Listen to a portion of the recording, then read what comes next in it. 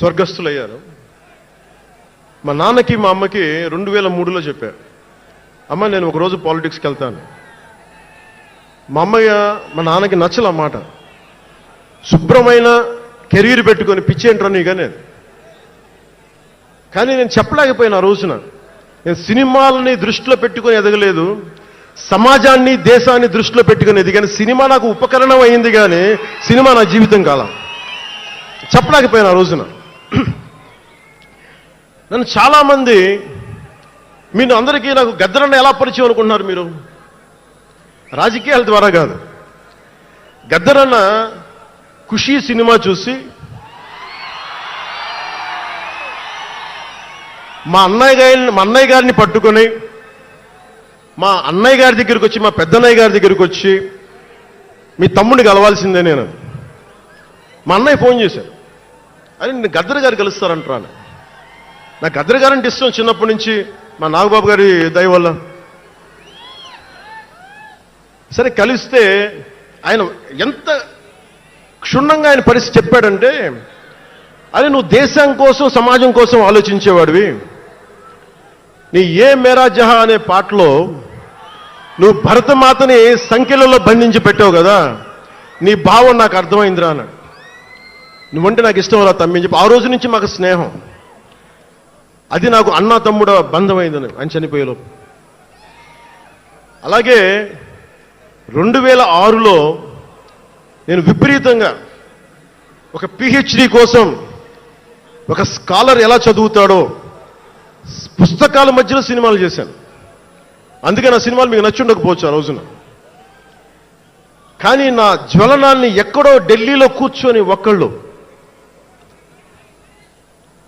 ఢిల్లీ యూనివర్సిటీలో పనిచేసే ఒక ప్రొఫెసర్, ప్రకాశం జిల్లాకు చెందిన వ్యక్తి, నాకు తెలియదు ఆయన ప్రకాశం జిల్లా వ్యక్తి. నా రోజున ఆయన వచ్చి మిమ్మల్ని కలవాలని చెప్పి ఒక నెల రోజులు నా వెంట పడితే ఆయన కలిశారు. ఆయన వచ్చి నన్ను ఒకే ఒక మాట అడిగారు 2006లో, మీరు రాజకీయాల్లోకి వస్తారా? బహుజన సిద్ధాంతం మేము ముందుకెళ్తాం. చాలామంది అడిగి నన్ను పంపించారు, మీరు సంసిద్ధం అంటే నేను మాట్లాడతాను, నేను కదుపుతానంటే. ఆ రోజున నాకు ఇంకా మెచ్యూరిటీ లేదు. ఒక కుటుంబాన్ని నడపడానికే చాలా శ్రమ పడాలి, ఒక కుటుంబాన్ని ఏకతాటిపైన తీసుకురావాలంటే నేను కష్టపడాలి, ఒక సినిమా చేయాలంటే నేను ఇంత కష్టపడాలి, ఇన్ని కోట్ల మందికి సంబంధించిన జీవితాన్ని ఒక భావంతో కట్టిపడేయాలంటే నాకు ఇంకా అంత మెచ్యూరిటీ లేదు. మెచ్యూరిటీ వచ్చిన రోజున మీకు తెలియజేస్తానని చెప్పాను. ఆ వ్యక్తి అప్పటి నుంచి ఇప్పటిదాకా అరుదుగా అప్పుడప్పుడు కలుస్తూ ఉంటాను. ఈ రోజున హైదరాబాద్ సెంట్రల్ యూనివర్సిటీ ప్రొఫెసర్, మీలో కొంతమందికి తెలిసి ఉండొచ్చు, ప్రొఫెసర్ శ్రీపతి రాముడు గారికి మనస్ఫూర్తిగా నా ధన్యవాదాలు తెలియజేస్తున్న. వారిని వేదికపైకి రమ్మని మనస్ఫూర్తిగా కోరుకుంటా ఉన్నాను.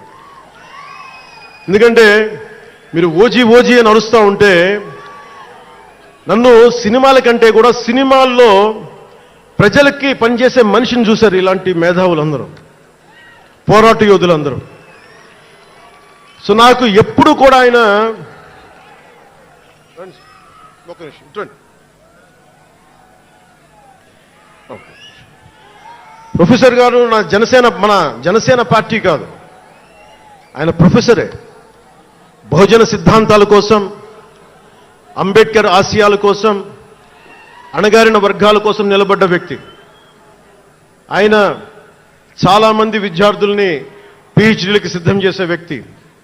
మన దగ్గరున్న బేతపూడి విజయ్ కుమార్ గారు కూడా ఆయన శిష్యుడే. ఇలాంటి శిష్యులు ఎంతమంది తయారు చేసి ఆయన జనసేన ఎప్పుడు నాకు అండగా ఉంటారు. ఓడిపోయినా నిలబడ్డా ఎప్పుడైనా సరే నమ్మకం ఏంటంటే మీరు ఉండాలి, మీరు రాణించాలని నిరంతరం తప్పించే శ్రీపతి రాముడు గారికి నేను ఇవ్వగలిగేది ఒకటే, నా గుండెల నుంచి ప్రేమ ఇవ్వగలను.